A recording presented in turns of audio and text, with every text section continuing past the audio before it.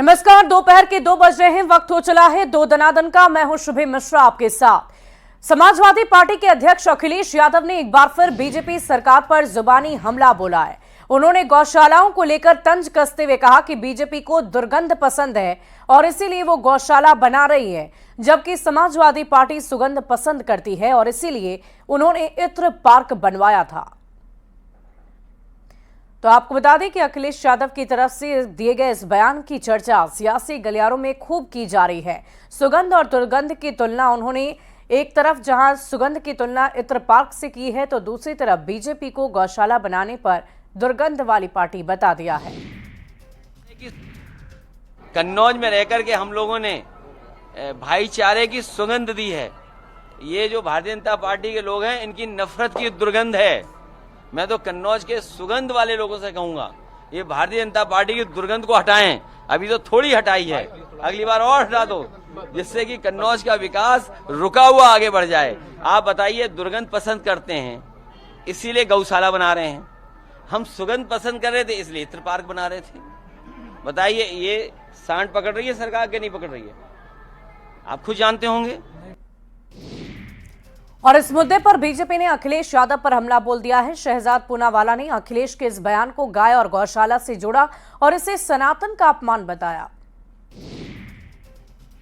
अब अखिलेश यादव और समाजवादी पार्टी जो समाप्तवादी पार्टी बनती जा रही है वोट बैंक के चक्कर में, अब वो गाय और गौशाला का भी अपमान कर रही है। मतलब कि हिंदू सनातन संस्कृति से जुड़े एक और विषय का कहते हैं कि गाय और गौशाला बदबूदार है, हम इसलिए परफ्यूम पार्क बनाते हैं।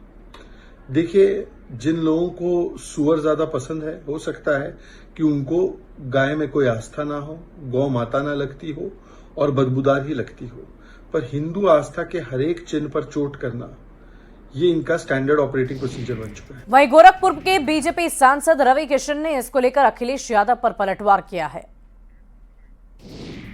जहां अखिलेश बाबू को, अखिलेश जी को, इतने बड़े नेता को, पूर्व मुख्यमंत्री को दुर्गंध लगती है, वहीं से उसी भोजन से खा के रवि किशन बड़े हुए।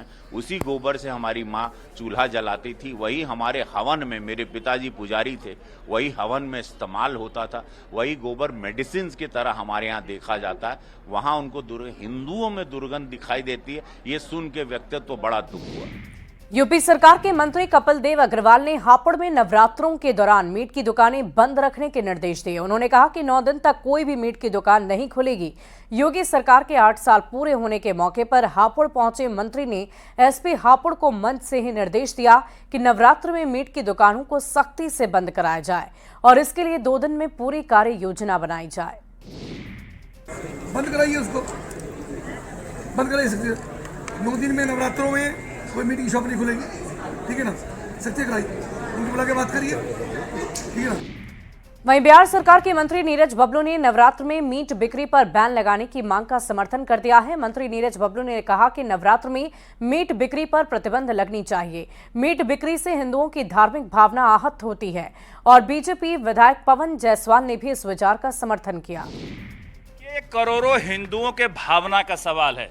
जब भी नवरात्रा होता है तो हिंदू समाज के लोग नॉनवेज से परहेज करते हैं, मटन, मछली, चिकन नहीं खाते हैं। अगर उनका डिमांड है कि ये बंद हो, क्योंकि देख करके भी लोगों को परेशानी होती है, पूजा पाठ में दिक्कत समझ में आता है, तो अगर लोग डिमांड करते हैं तो निश्चित रूप से इस पर विचार होना चाहिए और अगर बैन करना पड़े तो हम इसके समर्थन में बैन कर देना चाहिए। मुझे नहीं मालूम कि कहाँ से ये बात उठा है, लेकिन अगर नवरात्र के मौके पर किसी बड़े त्यौहार में, चाहे वो किसी भी जाति धर्म का कोई पर्व त्यौहार हो, मंदिर के अगल बगल में कोई जगह हो, वहाँ नवरात्र के मौके पर ऐसा बैन करने का, या किसी पर्व के मौके पर जहाँ सरकार को उचित लगे कोई बैन करने का निर्णय करता है, तो इसमें किसी को आपत्ति नहीं होनी चाहिए। सड़कों पे तो मीट नहीं बिक्री होती है, सरकार उनकी है एक जगह उपलब्ध कराना चाहिए, क्योंकि नॉनवेज तो सब लोग खाते हैं।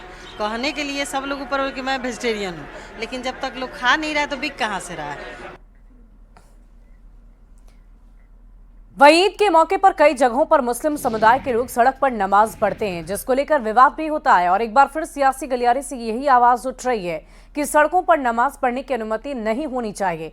मंत्री नीरज बबलू ने कहा है कि मस्जिद या नमाज में ही नमाज पढ़ें और अगर जगह कम पड़ जाए तो ये लोग जाकर कब्रिस्तान में नमाज पढ़ ले।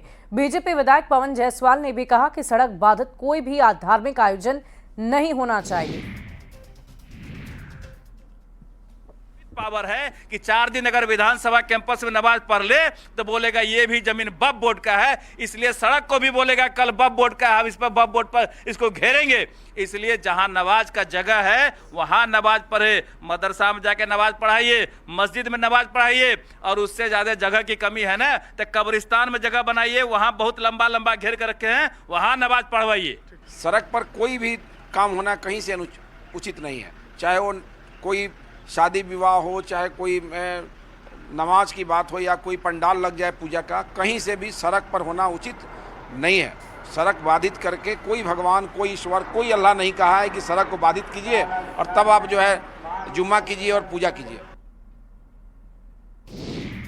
एसबीएसपी अध्यक्ष ओम प्रकाश राज्य भर ने दिल्ली में एक जस्टिस के घर से नोटों के बंडल को बरामद होने के मामले में समाजवादी पार्टी अध्यक्ष अखिलेश यादव पर निशाना साधा। उन्होंने कहा कि हो सकता है कि ये रुपए अखिलेश यादव के हों। आपको बता दें कि अखिलेश यादव ने जस्टिस के घर से नोट मिलने पर कहा था कि हो सकता है कि ये पैसे किसी और के हों। एक जज के घर में आग लगा था जिसमें कि नोटों के बंडल प्राप्त हुए थे। अखिलेश यादव ने कहा उनको किसी ने दिया है। इस पे हो सकता है अखिलेश जी दिए हों, हो सकता है अखिलेश जी दिए हों, जानते होंगे। जस्टिस यशवंत वर्मा को इलाहाबाद हाईकोर्ट ट्रांसफर किए जाने को लेकर इलाहाबाद हाईकोर्ट के वकीलों की बेमियादी हड़ताल आज तीसरे दिन भी जारी है। वकीलों ने आज तीसरे दिन भी हाईकोर्ट के गेट नंबर 3 पर प्रदर्शन करते हुए जमकर नारेबाजी की। ये वकील सुप्रीम कोर्ट कोलेजियम के फैसले से नाराज है और यशवंत वर्मा गो बैक के नारे भी लगा रहे हैं। खबर समाजवादी पार्टी के सांसद राणा सांगा पर दिए गए बयान पर जारी बवाल की। समाजवादी पार्टी के सांसद रामजी लाल सुमन की राणा सांगा पर की गई विवादित टिप्पणी के बाद ये विरोध प्रदर्शन शुरू होने का सिलसिला थमने का नाम ही नहीं ले रहा है। और इसी बीच राजस्थान के उदयपुर में श्री राष्ट्रीय राजपूत करणी सेना ने ऐलान किया कि जो भी व्यक्ति सांसद सुमन की जुबान काटकर लाएगा उसे 5.51 लाख रुपए का इनाम दे दिया जाएगा। के मार्फत से माननीय राष्ट्रपति महोदय को हमारी विशेष मांग है कि सांसद को निलंबित किया जाए और उसकी सदस्यता खत्म की जाए। दूसरी हमारा ऐलान है श्री राष्ट्रीय राजपूत करणी सेना और सभी हिंदू सनातन भाइयों की तरफ से कि हम लोग अगर जो भी व्यक्ति रामलाल सांसद की जीवान काट कर लेके आएगा उसको 5,51,000 रुपये हम पुरस्कार देंगे। वो तुरंत प्रभाव से 5,51,000 रुपये उसको पुरस्कार दिया जाएगा जो भी व्यक्ति जीवान काट कर लेके आएगा। वहीं राजस्थान के चौमुम में समाजवादी पार्टी के राज्यसभा सांसद रामजी लाल सुमन की विवादित टिप्पणी के विरोध में वीएचपी के कार्यकर्ताओं ने जोरदार प्रदर्शन किया। कार्यकर्ताओं ने राष्ट्रपति के नाम ज्ञापन सौंपकर सांसद के खिलाफ कड़ी कार्रवाई की मांग की है। बड़ी संख्या में विश्व हिंदू परिषद के कार्यकर्ता थाना मोड़ चौराहे पर एकत्र हुए और सांसद के खिलाफ जमकर नारेबाजी की। कार्यकर्ताओं ने सांसद का पुतला जलाकर अपना विरोध भी जताया। चंद्रशेखर आजाद की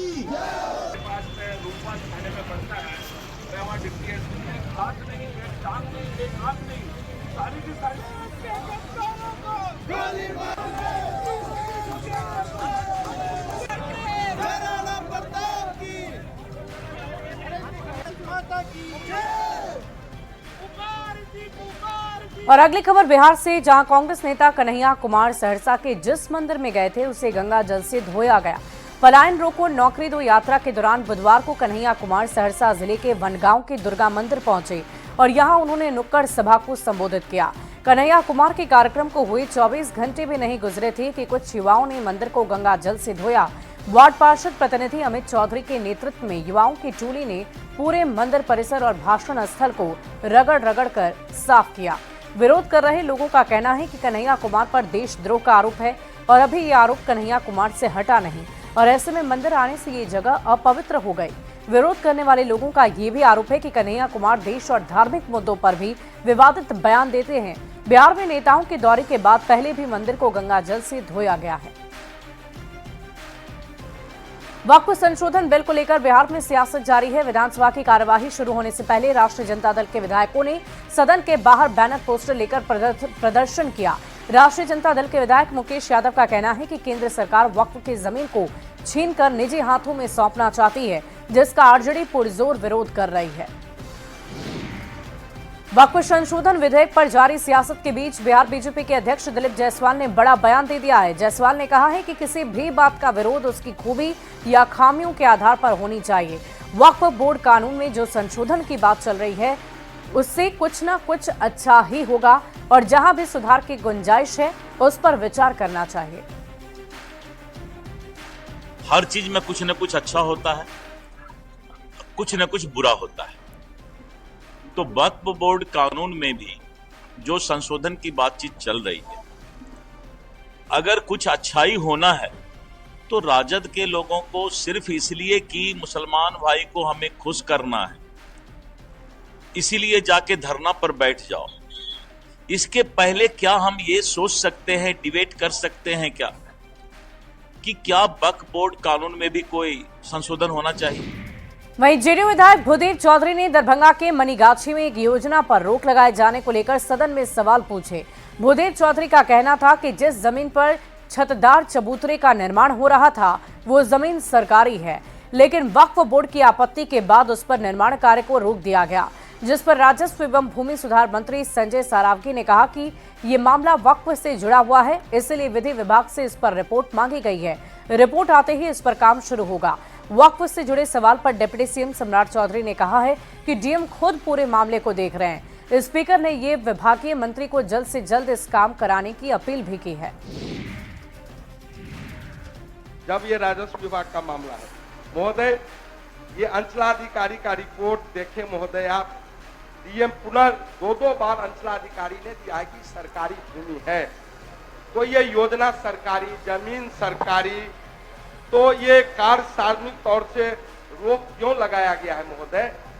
हम लोग चाहते हैं पूरा कुछ 6 माह से ऊपर से सेटलिंग किया हुआ है महोदय, कार्य को अविलंब रोक हटाया जाए, यही माननीय मंत्री सम्मत। जब वक्फ बोर्ड द्वारा अनापत्ति मतलब आपत्ति किया गया, ये जो है हमारी जमीन है, तो जिला पदाधिकारी ने मंतव्य मांगा है, तो हमने जब ये पूरा हम लोगों ने समीक्षा की है, तो इसको विधि विभाग से जो है परामर्श के लिए, क्योंकि आपस का फिर ये टकराव हो गया, लिटिगेटेड हो गई, तो विधि विभाग से हम लोगों ने तुरंत राय मांगी है और तुरंत हम लोग विधि विभाग से जैसे ही राय होगी तदनुसार हम लोग तुरंत कार्रवाई करेंगे। लोग तो यही कह भी रहे कि वक्फ बोर्ड का जहाँ पे ऑब्जेक्शन है, सरकार के द्वारा बड़ा स्पष्ट तौर पर जवाब दिया गया कि वक्फ बोर्ड ने ऑब्जेक्शन दिया है जिला प्रशासन को, तो जब तक निष्पादन नहीं होगा तब तक एनओसी कैसे काम रोक कैसे हटाया जा सकता है? और माननीय उप मुख्यमंत्री जी जो कह रहे हैं विषय वस्तु की जानकारी नहीं है, आप दिखवा लीजिए महोदय, जांच करवा लीजिए, आप संचिका को मंगवा लीजिए, किन्हीं का कोई दावा नहीं है, सरकार का रिपोर्ट है रेवेन्यू डिपार्टमेंट का कि सरकारी जमीन है महोदय, डीएम का भी प्रतिवेदन देखिए महोदय। बैठिए माननीय मंत्री जी, माननीय मंत्री जी, विधायक फंड का पैसा है और आपके जब एनओसी मिला तभी वो वहाँ भवन बन रहा था, इसको जल्दी करा दीजिए जी, जल्दी उसका निष्पादन हो जाए जी जी, विशेष पहल करके करा दीजिए।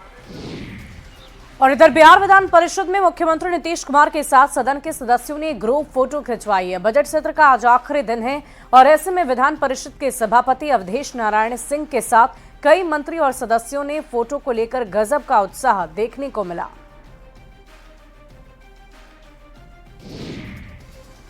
बिहार विधानसभा चुनाव को लेकर बीजेपी की तैयारियां तेज हो गई है और इसी महीने 29 और 30 मार्च को केंद्रीय गृह मंत्री अमित शाह का दौरा बिहार में होने वाला है। ठीक उसके बाद अगले महीने 24 अप्रैल को प्रधानमंत्री बिहार आकर बिहार को कई सौगात देने वाले हैं। 30 मार्च को पटना में एनडीए के शीर्ष नेतृत्व की भी अहम बैठक होने वाली है।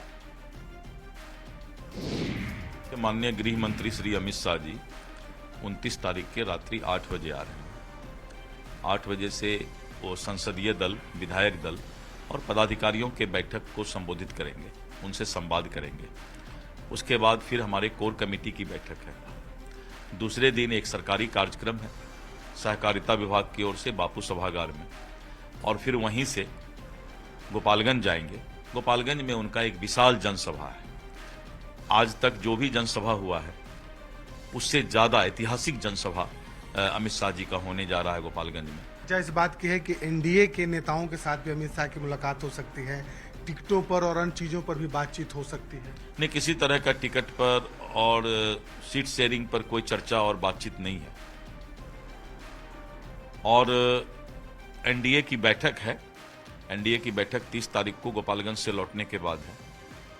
जो हमारे शीर्षस्थ नेतृत्व हैं सभी दल के, उन लोगों के साथ एक बैठक होगी। क्या इस बैठक में मुख्यमंत्री नीतीश कुमार भी शामिल होंगे अमित शाह जी के साथ, या फिर अन्य लोग शामिल होंगे? नहीं, निश्चित रूप से माननीय मुख्यमंत्री जी भी रहेंगे और वो बैठक है शिष्टाचार मुलाकात आपस में एक दूसरे से है। प्रधानमंत्री जी 24 अप्रैल को मधुबनी आ रहे हैं। उनका सरकारी कार्यक्रम है पंचायती राज विभाग का, और पंचायती राज विभाग से जुड़े हुए सभी जनप्रतिनिधि, वार्ड मेंबर, पंचायत समिति, उप मुखिया, मुखिया, जिला पार्षद, ऐसे हमारे पंचायती राज से जुड़े हुए सभी प्रतिनिधि का जो है एक सम्मेलन मधुबनी में है। और जो पंचायती राज के सशक्तिकरण के लिए नीतीश कुमार जी और माननीय प्रधानमंत्री नरेंद्र मोदी जी के नेतृत्व में जो पूरे देश के अंदर काम हुआ है, उस पर चर्चा होगी। कि आगामी चुनाव में कोई माई का लाल तेजस्वी यादव की सरकार बनने से नहीं रोक सकता है। लालू प्रसाद के इस बयान पर पीएचईडी मंत्री नीरज बबलू ने जोरदार निशाना साधा। उन्होंने कहा कि लालू प्रसाद धमकाने और डराने में लगे हैं, लेकिन बिहार में अब डर का माहौल नहीं है। 1990 का दौर खत्म हो चुका है। लालू प्रसाद को भारत रत्न की मांग पर भी नीरज बबलू ने कटाक्ष किया है। झारखंड विधानसभा में आज लॉ एंड ऑर्डर का मुद्दा गूंजा। नेता प्रतिपक्ष बाबूलाल मरांडी ने राज्य के डीजीपी पर उठाए सवाल। कहा, थानों को वसूली का टारगेट दिया गया है। जिस आरोपी को पब्लिक ने पकड़ा उस पर भी पुलिस तमगा ले रही है। मंत्री राधाकृष्ण किशोर ने जवाब दिया। कहा, ऐसी घटनाओं से हम मर्माहत, सरकार कठोर से कठोर कार्रवाई करेगी। कल जिस प्रकार से कांके थाना से मात्र महज 100-125 किलोमीटर की दूरी पर, मीटर की दूरी पर हत्या हो जाती है, और हत्या हो जाती है, और इसके बाद जिस प्रकार से उनकी हत्या हो गई अनिल टाइगर की, लेकिन पुलिस ने हत्या के बाद भी उनका चरित्र हनन कर रही है। जज महोदय, मुख्यमंत्री भी यहाँ बैठे हुए हैं। राज्य में लॉ एंड ऑर्डर इसलिए इतना बिगड़ा हुआ है, आपका एक डीजी नहीं, सीआईडी के भी डीजी है, और साथ साथ एबीसी क्या कहते हैं, एबीसी के एसीबी के भी डीजी है, और अघोषित रूप से स्पेशल ब्रांच के भी डीजी, और रांची के पुलिस एसपी डीआईजी हो गए हैं, लेकिन वो एसपी के प्रभार में भी वो है। किस प्रकार से पुलिस विभाग काम कर रही है, लॉ एंड ऑर्डर कैसे कंट्रोल होगा। सुरेंद्र कुमार सिंह ने विवादित बयान दिया है। उनका बयान सोशल मीडिया पर वायरल हो रहा है। कांग्रेस के कार्यकर्ता सम्मेलन में पूर्व विधानसभा उपाध्यक्ष और अमर पाटन से वर्तमान कांग्रेस विधायक ने बीजेपी और सनातन धर्म पर सवाल खड़े किए। उन्होंने महाकुंभ में पहुंचे साधु संत और महामंडलेश्वरों पर बीजेपी का प्रचार करने का आरोप लगाया और कहा कि सांड बनकर साधु संत दूसरों की खेती चल रहे हैं। सुनिए उन्होंने क्या कुछ कहा है। इन्होंने साधु सन्यासी जो हैं, बाबा बैरागी, महामंडलेश्वर, इनको छोड़ दिया है जनता के बीच में। जाओ प्रवचन करो, भाजपा का प्रचार करो, हिंदुत्व की बात करो, सनातन धर्म की बात करो, और ये सांड चर रहे हैं दूसरों का खेत। और इसी बीच राजधानी पटना से इस वक्त की बड़ी खबर आ रही है। केंद्रीय जांच एजेंसी ईडी की तरफ से पटना में एक बड़ा सर्च ऑपरेशन। आईएएस अधिकारी संजीव हंस से जुड़े कनेक्शन मामले में आज सर्च ऑपरेशन चल रहा है। सूत्रों के अनुसार 8 से ज्यादा अधिकारियों के ठिकानों पर छापेमारी चल रही है, जिसमें 4 से अधिक इंजीनियर और पदाधिकारी शामिल हैं। अधिकारियों में नगर विकास एवं आवास विभाग, पुल निर्माण विभाग, ऊर्जा विभाग, पथ निर्माण विभाग के इंजीनियर्स शामिल हैं। ये सभी अधिकारी बिहार प्रशासनिक सेवा के बताए जा रहे हैं। सर्च ऑपरेशन के दौरान जांच एजेंसी को मनी लॉन्ड्रिंग के कई पुख्ता सबूत मिले, काली कमाई की अकूत संपत्ति मिली, करोड़ों रुपए मिलने की बात कही जा रही है।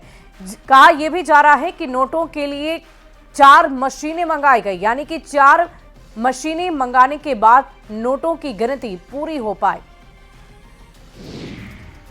पटना में जारी ईडी की कार्रवाई पर सियासत भी शुरू हो गई है। आरजेडी जहां सीएम के नाक के नीचे भ्रष्टाचार का आरोप लगा रही है, वहीं मंत्री संजय सरावगी ने कहा है कि भ्रष्टाचार पर जीरो टॉलरेंस की वजह से कार्रवाई हो रही है।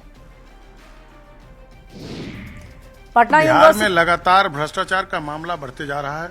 अफसरशाही जो है वो बेलगाम हो चुका है। यहाँ के अधिकारी जो है लूट खसोट में लगे हुए हैं। चूंकि माननीय मुख्यमंत्री जी बीमार हो चुके हैं, लाचार हो चुके हैं, उनका कोई सुन रहा है? यहाँ के जो मंत्री हैं विभाग के और उनके अधिकारी हैं, सब लोग लूट में लगे हुए हैं। चल चलंती का बेरा है। बीजेपी और जदयू के जितने भी मंत्री हैं वो सब भ्रष्टाचार में डूबे हुए हैं। करोड़ों रुपए आज मिलने की सूचना है कि एक तारिणी प्रसाद के यहाँ जो है वो तारिणी दास जी के यहाँ वो जो है करोड़ों रुपया मिला है। और ईडी के अधिकारी जो है 4-4 को मशीन लेके वहाँ पहुंचा है कि पैसा गिनने के लिए। तो कहीं ना कहीं लगता है कि चाचा के नाक के नीचे भ्रष्टाचार फल फूल रहा है। हमारी सरकार में कोई भी हो, अगर गलत काम कोई किया है तो किसी हालत में भी नहीं बचेगा। हमारी जीरो टॉलरेंस की नीति है, तभी तो कार्रवाई हो रही है। और नहीं तो 2005 के पहले तो भ्रष्टाचारियों को, अपराधियों को, अपराध को सत्ता का संरक्षण प्राप्त था। तभी तो जो लोग आरोप लगा रहे हैं वो उनके राष्ट्रीय अध्यक्ष भी सजा याफ्ता है। इन लोगों ने मिलके पूरे बिहार को 2005 के पहले लूटा था। पटना यूनिवर्सिटी में मारपीट से जुड़ा मामला, पुलिस ने 7 आरोपी को गिरफ्तार किया। महिला प्रत्याशी के साथ मारपीट हुई, 2 और आरोपी भी हिरासत में लिए गए। सीसीटीवी से आरोपियों की पहचान हुई, जिसके बाद ये कार्रवाई की गई। तो पटना से ये बड़ी खबर आपको बता रहे हैं, जहां पटना विश्वविद्यालय से जुड़ा हुआ ये पूरा मामला है। महिला प्रत्याशी के साथ मारपीट हुई है। ये पूरी घटना सीसीटीवी कैमरे में कैद हुई, जिसके आधार पर पुलिस की तरफ से कार्रवाई की गई है। 7 लोगों को गिरफ्तार किया गया है महिला प्रत्याशी से हुई मारपीट के मामले में। और अगली खबर आपको गया से बताएंगे, जहां एक एएसआई ने सर्विस रिवॉल्वर से गोली मारकर खुदकुशी कर ली है। 45 दिन की छुट्टी के बाद 2 दिन पहले ही लखीसराय से ड्यूटी पर लौटे थे एएसआई नीरज कुमार ने गया पुलिस लाइन स्थित बैरक के बाहर पार्क में खुद को गोली मार ली, जिससे घटनास्थल पर ही उनकी मौत हो गई। फिलहाल खुदकुशी की वजहों का पता लगाया जा रहा है। घर के सदस्यों के अनुसार वे थोड़े पढ़े लिखे कम थे, पढ़ने लिखने में कमजोर थे और केस को निपटाने के दबाव बहुत ज्यादा थे और इसी की वजह से वो अक्सर तनाव में रहा करते थे। घर के सदस्यों ने किसी भी तरह के पारिवारिक विवाद की आशंका से इनकार किया है। घर में कुछ नहीं, घरेलू में कोई नहीं। यहाँ से आप जिम में पढ़ने लिखने में कमजोर था, केस किया थी। घर के मामला कुछ नहीं सर, आगे क्या दबाव था? हाँ बस वहाँ दबाव मिल रहा है केस फाइल करवाने का, वो हमसे पार नहीं लग रहा है। ये सब अपने समाज में तरीके बोलता है। और यहाँ आया तो मिलेगा अपना कर देंगे। क्या पढ़े लिखे नहीं थे? पढ़े लिखे थे, कम लिखने वाले थे। सब दिन तो दौड़ते रहा, नौकरी किया तो पढ़ने किया। और फिलहाल इस बुलेटिन में अभी के लिए बस इतना ही। आप बने रहे न्यूज़ 18 बिहार झारखंड के साथ।